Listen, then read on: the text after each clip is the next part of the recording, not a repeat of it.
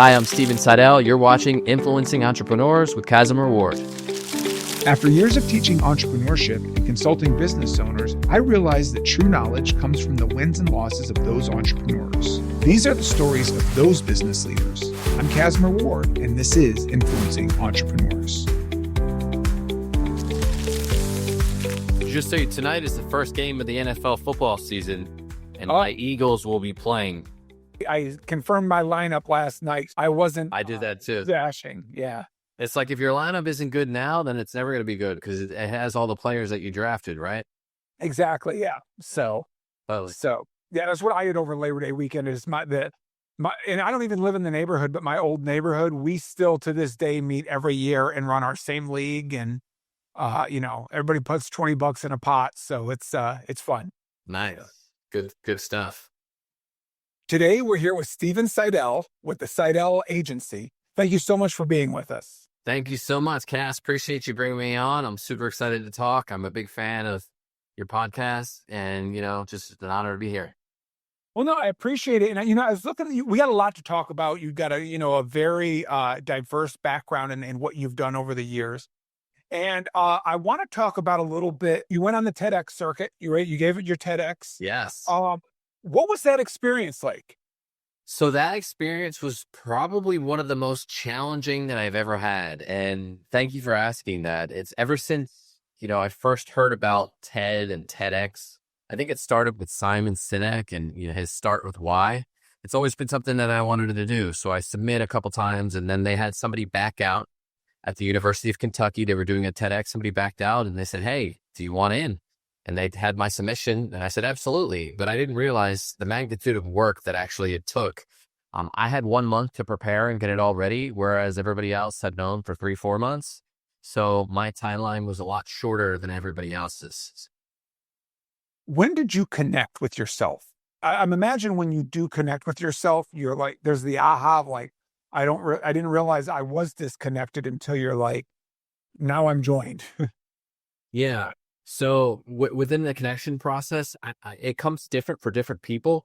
But for me, it is a moment where within my mom and my sister, and we were dealing with the estate. And when you get into the estate, you find out a lot of things. So anybody who's going, has parents, things, I strongly suggest, maybe you work through that in advance. But it actually drove a wedge between myself and my sister. And at that moment, that's not what's meant to be. Like, I'm not meant to not talk to my sister, to not have my mom no longer around. And we had to dig deeper within ourselves to realize that this isn't for us to disconnect us. We need to find what our purpose was. And my purpose is to connect and to have others realize that true connection and sharing their stories is their greatest valuable asset. And so we needed to connect over the previous stories that we've had, the story that we have now, and where we wanted to take it in the future. What is one of the stories that kind of resonates with you that you carry it around in your pocket?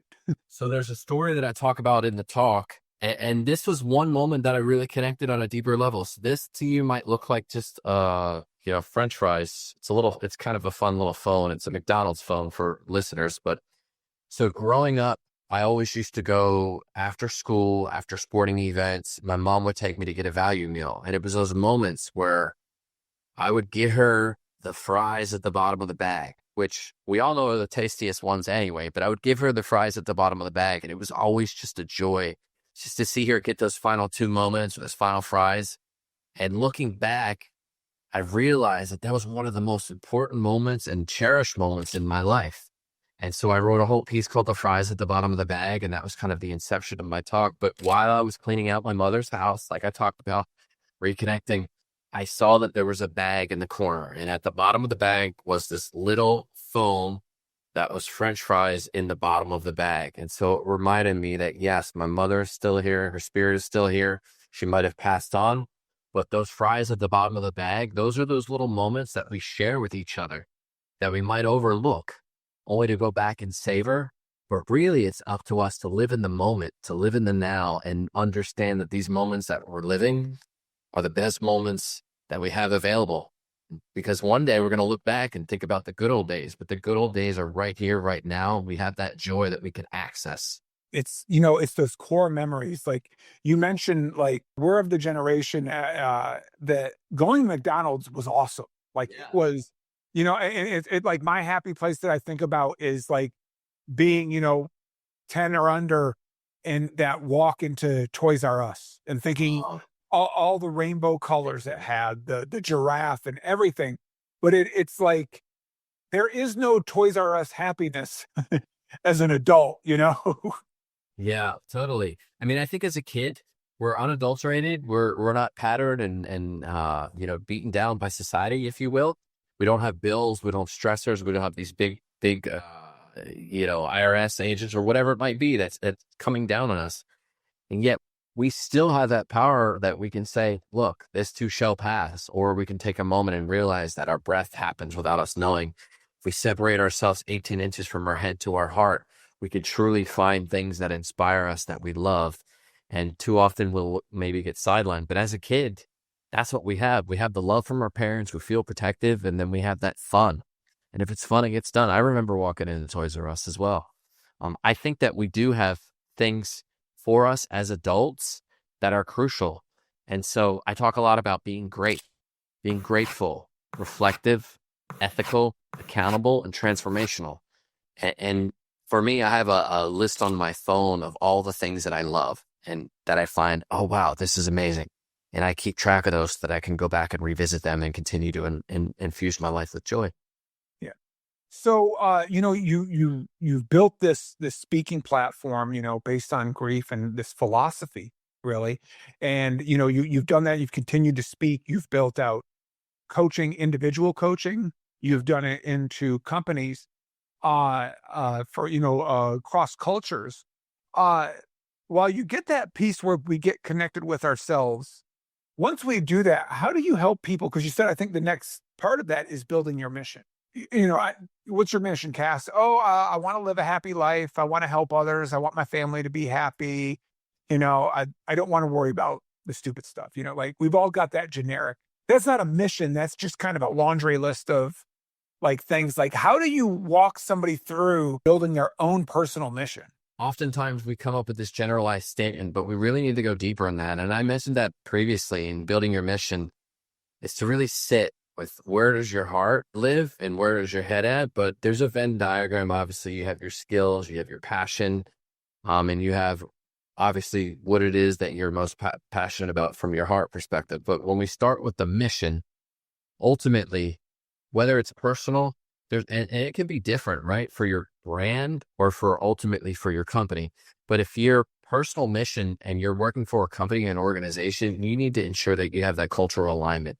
And that'll start with some of your values and your beliefs. We'll go further into that and really digest what are your values? What are your belief system? What do you believe to be true, Cass? Or like, what are the stories that you're telling yourself? What's the movie of me on a regular basis where you're saying, oh, well, when I was a kid, my dad had to work hard. And he always said, you have to work hard if you want to make a lot of money. And a lot of those baby boomer type of narratives still sit in people that are in and around our age that we need to obviously rip that to shreds and rip that apart because our mindset is our biggest asset. So starting with the mission, really going deeper into your highest commitments and going deeper into why. Like if you want to live a happy life, why? I want to be more fit. Why? So for me, a simple example is I work out every morning and there's a plethora of reasons why I do that. Because I want to live a long life. I've already computed that by the time that I'm 80, I still want to be walking, standing, playing with my children. I'm an old dad. I want to be able to hold my grandkids. I want to visualize that moment. And these are things that I work with clients, whether or not it's professional or personal, to really go forth and visualize these moments and get very specific. In addition to working out every morning, it allows my entire day to go better because my endorphins are flowing. I'm drinking a lot of water. I'm hitting 8 glasses of water each day. I'm eating my proteins. I'm making sure that my meals are aligned. If I don't do that and I sleep in, a lot of those things don't happen. But those are all leading up towards ultimately, living a longer life, being at peak performance that I can talk to you on a podcast and not be, falling off a little bit later in the day. So we'll start with the mission. And then we'll get very clear on what our message is. Sometimes it's I help X do Y, so that we can communicate that message effectively and easily in an elevator or to your target audience. So effective marketing and media is when you have a fully defined niche, and then you have an irresistible offer. So if you're working on your personal development, that's one area. If it's professional, we want to make sure that we're building a product service that's delivering a win-win-win. And I know this is a long-winded answer, but that win-win-win is going to be for your company, it's going to be for your consumer, and it's going to be for your community. And that's where we want to dig in deeper, that when somebody engages you or your company and organization, how are they leaving better? And then, so we have mission, messaging, and then the media is when we start to work on those relationships and the marketing. And then lastly, we want to build that movement. So that's how we take that personal mission. We find that cultural alignment with your organization, and then it transcends through your company. Who do you think misses the mark? Who do you see that is just losing a missed opportunity? The missed opportunities in the marketplace, I think there's always an opportunity for you to grow or to change your model. It's a challenge for certain areas that maybe are not environmentally sound. You look at Exxon, or you look at, different companies that, BP, where yes, it's an energy source for us to continue to provide and to power our lives and our services. There's also the environmental or the ecological impact that it happens to your organization. If they're dumping water with the plastic production, there's a big pushback right now with microplastics. And a lot of companies and corporations are now shifting to glass. So I think understanding, especially with the new generations that are coming up, the way that people are engaging with you, there was the rise in Zoom calls or Riverside platforms or ways that people are virtually connected. But now more so than ever, you're seeing a pushback for IRL in real life. So there's a lot more experiential companies and organizations that want to bring you together face to face. So, whether or not it's something that's drastically impacting your health or impacting your well-being, there's the mental health. There's been a huge rise in mental health. I have a company called Gent's Journey that's all about men's mental health. And so just making sure that your C-suite and then the products and services that you're delivering are positively impacting your customer, your consumer, and your community, I think is key. And making sure that if there is a gap, that you are working towards closing that gap. And that's where you see a lot of Apple trying to bring jobs to the US, or, a rise in, diminishing the amount of microplastics, or even Coca-Cola beverages, or different companies that create soft drinks. You've seen the rise in Poppy because that's more probiotic based as opposed to added sugars, which are not necessarily good for you, or processed foods. Kraft Heinz, they just split because there's been a big pushback on the number of processed foods. So they're like, okay, how can we split this brand off and focus our attention so that we can actually move forward and generate more interest from the consumer?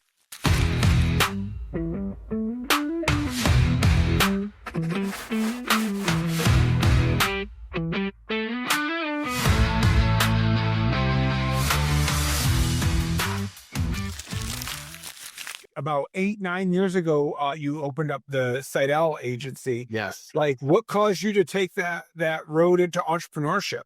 That's an awesome question. Thank you for asking me that. So first I was an engineer for Motorola. I used to make microprocessing chips. So it was all about process improvement. I was in industrial engineering, but I had a love for entertainment. So I transitioned. I was an actor and an entertainer for a number of years. Then I started to determine, how can I bring my right brain with my left brain? How can we be creative but also analytical? And so that's when I began to work as a content creator, and I was creating content. I was a YouTube influencer back in 2011 before YouTube took off. I did the first ever live comedy stream on YouTube. I had a show that I developed, and then I really had a love for marketing and brands and media. And so I started creating content in and around that. And I worked as an influencer, at which point I saw that there was a huge opportunity within video marketing. And you see it now with all the social media platforms. Content is needed on an everyday basis. And so that's when I decided to move forward and build my agency. And I worked for a company called Nexagy, which was an aesthetic medicine company that helps with hyperhidrosis. So some people excessively sweat, or when they speak, they have a lot of perspiration. And this was a treatment that allowed you to address that. And then that way you could feel confident in your everyday life. And so when I created my organization, the Seidel agency, the slogan is do good, give back, make an impact. And it goes back to what I was talking about earlier, purpose-driven campaigns. I call, instead of PR, I call it purpose relations instead of public relations. But my mission was to do good, give back, and make an impact. And I made a commitment to only work with socially conscious brands.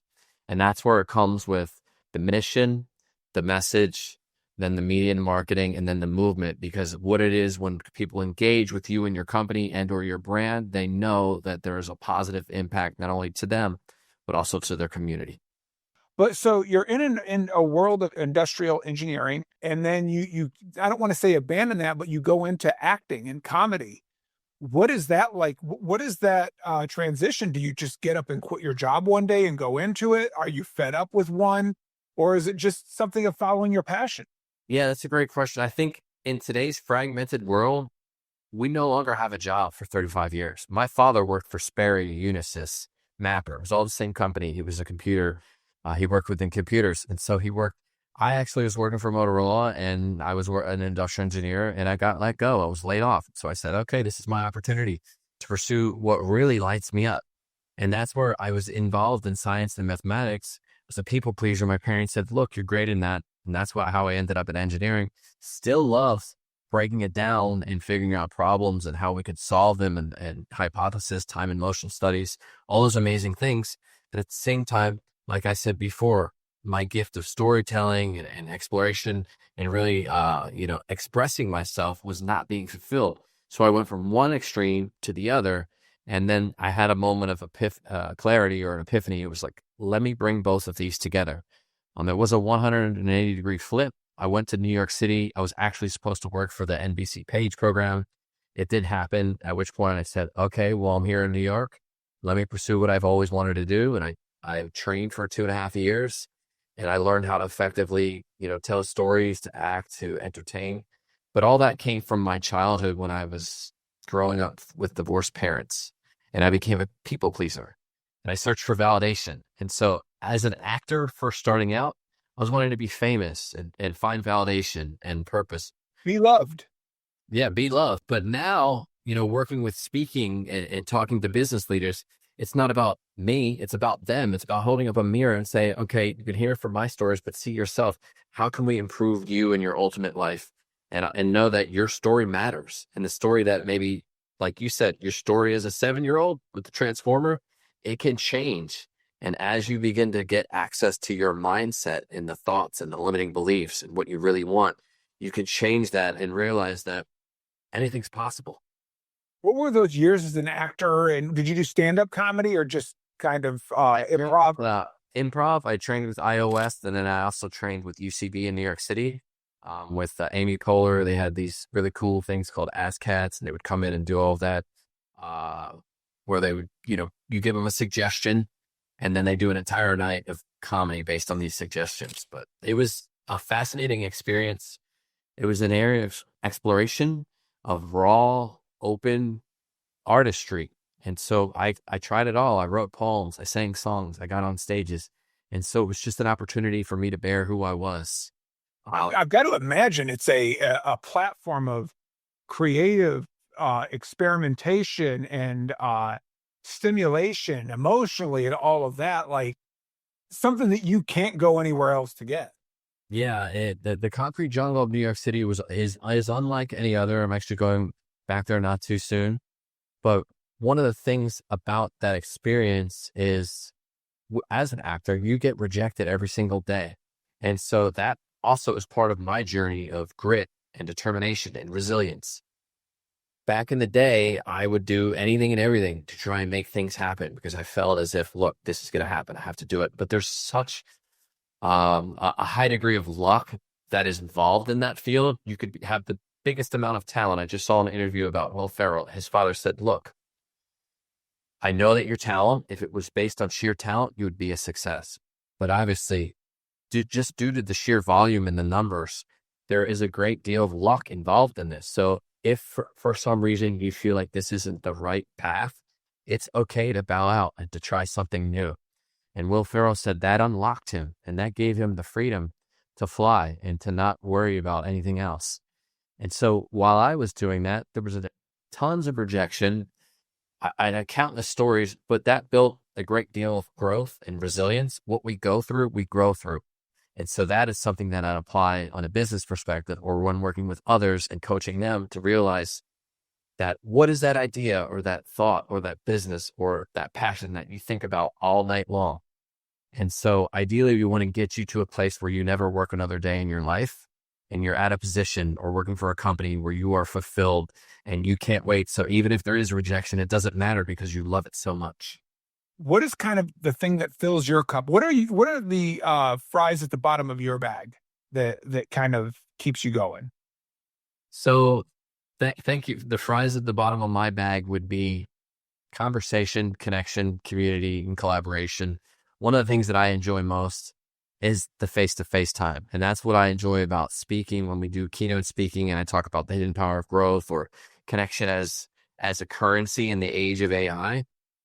AI is merely a tool. A lot of people are worried about AI technology and the jobs in 2030 will be totally different from now. Yes, but our skills as communicators, storytellers, and our ability to look across the aisle and connect with somebody face to face, eye to eye, heart to heart are what light me up.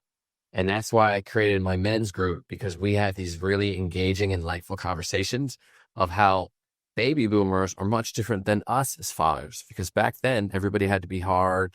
Their vulnerability was looked at as a negative attribute. But now as leaders, the more open and vulnerable and the better that we can create a friendship or a connection with not only our colleagues, but our loved ones, the more fulfilled we will be in life.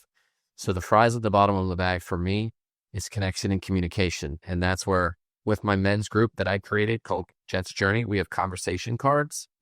And it's simply asking questions with one another, such as, what is your favorite sandwich? When was the last time you cried? Who could use you in their corner right now? To me, that's what lights me up. I enjoy talking to individuals and them getting to share what it is about them that they love so much.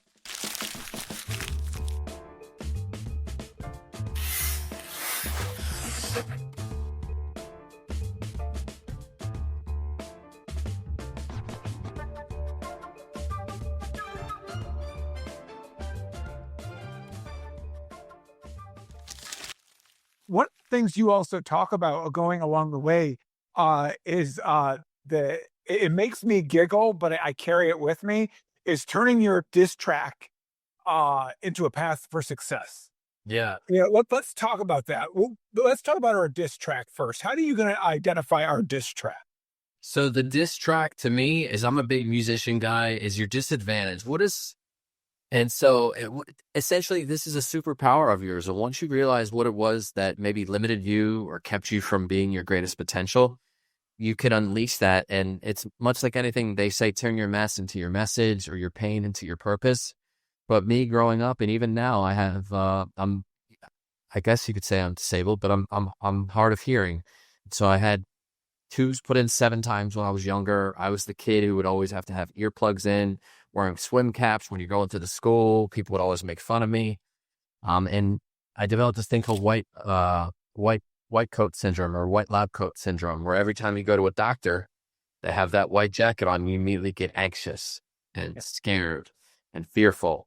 And so it took me a long time to work through that. But now when I started my agency, I started working with plastic surgeons.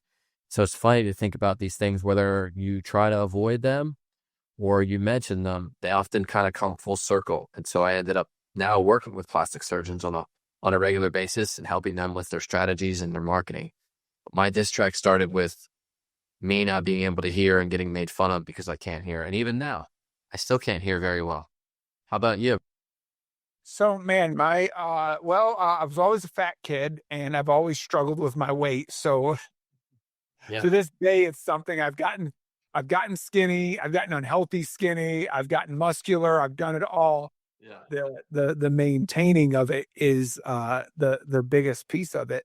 And well, McDonald's Happy Meals, that we're eating as kids. Exactly. No, and it is the thing that you struggle with, and it's kind of something that we kind of have owned in the firm I work, my accounting firm, is I grew up in an environment where there was a lot of lying, and as a kid, when you can start sniffing out lies, You think like, oh, you get streetwise, but really it's very uncomfortable. There's no certainty. Like you don't know you're always fighting to fight what's real. Yeah. And I think as I've grown older, I've always just wanted people to know I'm being as honest as I possibly can, honest to the best of my ability or maybe my knowledge. So I might tell you something wrong, but I'm not doing it, intentionally. It's just I don't know better. So as we, start thinking about what our core strengths are from there, like I wanted to be like, we're built on honesty and trust, but at the same time, I also have the philosophy of is anybody that tells you to say trust me, do not trust that person. Yeah. So it's one of those things that we've instilled in our culture with my team is we've got to be their most trusted resource without ever asking them to trust us. And the only way we can do that is by being consistent. We got to show up and we've got to answer to the best of our knowledge, full transparency. Yeah, I couldn't agree more. And I think to go back to, not to beat a dead horse, but that connection is currency. When people trust you and you have that relationship, then you don't have to say, trust me. They automatically do. And so when you can connect to yourself, when you can connect to your clients, when you can connect to your greater cause, that allows you to actually turn it into an actual meaningful experience as opposed to something that's transactional based, where they're just a client and you want their money or you're trying to sell them. And so there's a really cool thing that's become a growing trend.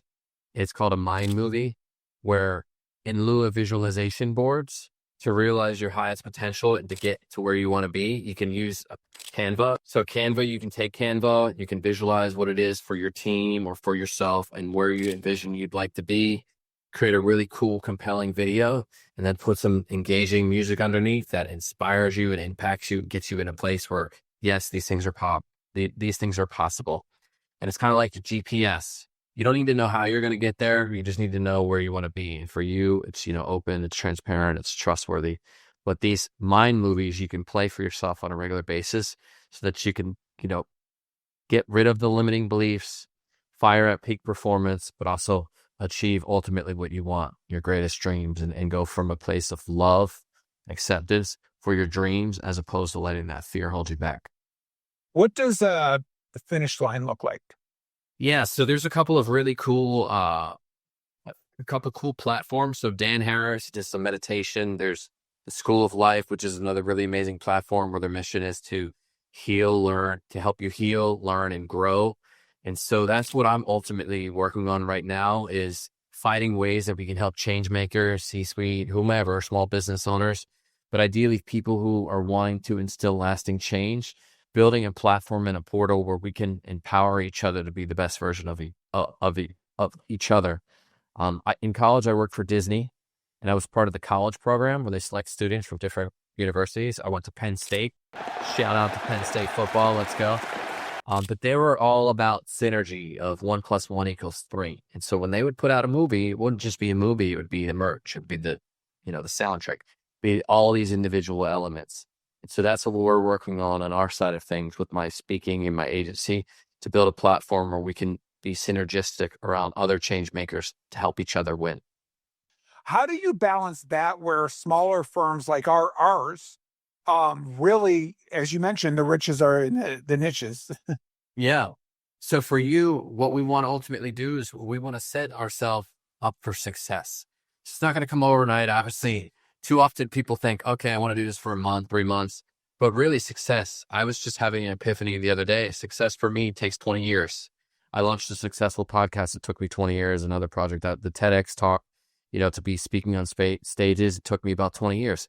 But these things take time, but it starts with 3 systems, or three components for each business. It starts with your systems, it starts with your strategies, and it starts with your solutions.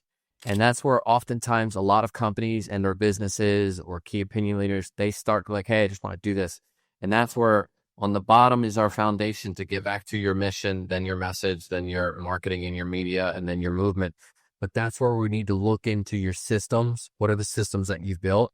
Obviously, we want them to run while you're sleeping or while you're or awake. Then your solutions, what are these key solutions or frameworks like you were just talking about? And then lastly, the strategies that we can implement to do so. And that's where we will need to test it. And with the rise of automation and AI, second part is documenting all of that, seeing the time management, figuring out where you want to be in 6 months, 1 year, 5 years. We'll look at those timeframes and we'll back them out. And then we'll start from ground zero. What do we need to do? What do we need to delegate? And what do we need to delete? And that's, if you're a solopreneur or a small business, oftentimes these Fortune 500 clients, we've worked with Coca-Cola and Amazon. They have a lot of that in place. And they simply have, the end piece where they want to build a movement. Okay, great. We can help you with that. But too often, organizations will jump into marketing or jump into some of these strategies before they fully flushed out what their mission is that you want people to believe in you or to invest in you with. And that's where we have to do some iteration and some testing to see what resonates. Obviously come from the heart. Make sure you strategically position it so that the people that you're attracting or wanting to work with are, experiencing that and being moved with what you're delivering them. With everything you've built, what is, whether it was industrial engineer or going back to your days in comedy and acting, what is one of the skills that you would have not thought is transferable that is probably the strongest asset you have today? Yeah, it's a great question. I think soft skills are more important now than ever. And so for me, I think it's the power of pause and listening. To go back to my diss track. So for so long, I couldn't hear as a child and people thought that I was not paying attention. And so then I hit this piece where I was a people pleaser and I was talking for attention and whatnot. But then as I aged, realizing that there's so much power in listening. And when we listen and take a beat, that actually brings us to the present moment. Because too often we're trying to go forward to the future, think about something that they're saying and wanting to share our perspective. But the most important thing at the end of the day is listening. It could be social listening from a marketing perspective. It could be active listening when you're talking to someone, or it could just be listening to somebody who's on stage, to be empathetic and to connect with them and their story and to experience that. Because at the end of the day, we are all one, we're all connected. Whatever I do, I hate to say it, will probably impact somebody on the other side of the globe. So we're gonna share the links to the Seidel agency, to everything from there. From there, we'll be able to get to your TEDx and stuff like that. Quick question: what do we need to do to get your comedy reel viral? What needs to happen there? Because it's out there. I found it. Yeah. So it's you can just look it up, Steven Seidel Comedy Room. We had some fun during the days. I remember there was one audition. It was probably the most fun ever. And I'll be on. I'll give you a little feedback. When I was in LA, I met a lot of individuals. So I used to watch Punky Brewster as a kid, and I sent her my headshot when I was like 7. And then I ended up working with her. This all goes back to the stories that we're telling ourselves, the things that we're surrounding ourselves with. These things stay within the hemisphere. And then I also met Pee Wee Herman, Paul Rubens. He became huge. I mean, I'm still a man child because of Pee Wee Herman. He gave me so much to learn from. I would go and I had lunch with him. He would send me birthday cards, text messages, and to talk about connection. He would remember everybody's birthday. This is before technology. Did you get on that list? Because I just watched the documentary about. I have all the stuff somewhere downstairs. I have all the Christmas cards. He would send me. I changed my phone number, but I was on his list. I would get a message every year for every holiday and every birthday. And I was too jealous. He was amazing. And so to go back to that, I noticed that I would go to these auditions and I have the tendency to get in my head too much. And I know that about myself, or to want to, but there was one for Kawasaki and they wanted somebody to just act wild and act crazy. I was like, I'm just going to go balls to the wall, just be my crazy, quirky self. And that was the one that I booked. It was, and then they did a lot of B-roll and whatnot. And I said, just do whatever you want. And it was just so free. And that's what I try and get who's ever listening. Don't censor who you are. That's the most important part of this whole conversation. Our uniqueness is what brings us the value in the world that we live in. Well, thank you so much, Stephen, for being a part of this. And definitely, we'll make sure we get everybody out to your website and learn more about you and get that comedy reel going viral. Oh, I love it. I appreciate it. Thank you so much for having me on, and go out there. And what I would love is for you to grab yourself a transformer and text me or email me and let me know how it feels holding it in your hand. I got one. I got one right behind me. It's the key one. It's the best transformer. I'll let you figure out which one is the best. Okay. We'll leave that up to the audience. Thanks, man. All right, Stephen. Thank you so much. Thanks for watching. To watch more episodes of Influencing Entrepreneurs, be sure to subscribe on YouTube at Nexagy Education.